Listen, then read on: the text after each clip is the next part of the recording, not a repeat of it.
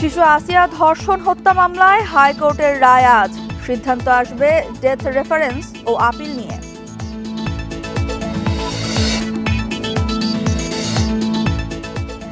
নয় বছরেও শুরু হয়নি রোহিঙ্গা প্রত্যাবাসন। সংকট ও সমাধানে বিশ্ব জনমত তৈরির পরামর্শ বিশেষজ্ঞ।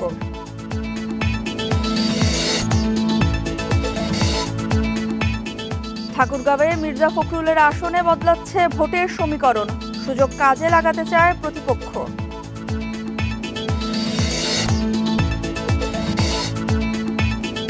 গ্যাস সংকটে শিল্পে উৎপাদন কমেছে 40%। ব্যাংক খাতে বাড়ছে আরও খেলাপি ঋণের ঝুঁকি।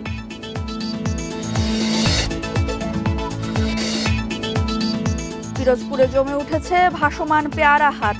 হিমাগার না থাকায় প্রতি বছর নষ্ট কোটি টাকার পেয়ারা।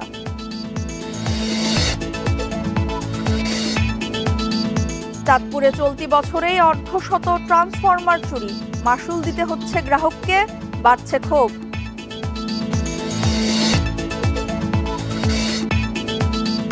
কলকাতায় 2 দিনে বন্ধ 2 শতাধিক হোটেল। বিপাকে বাংলাদেশিরা, অন্য হোটেলে ভাড়া কয়েক গুণ।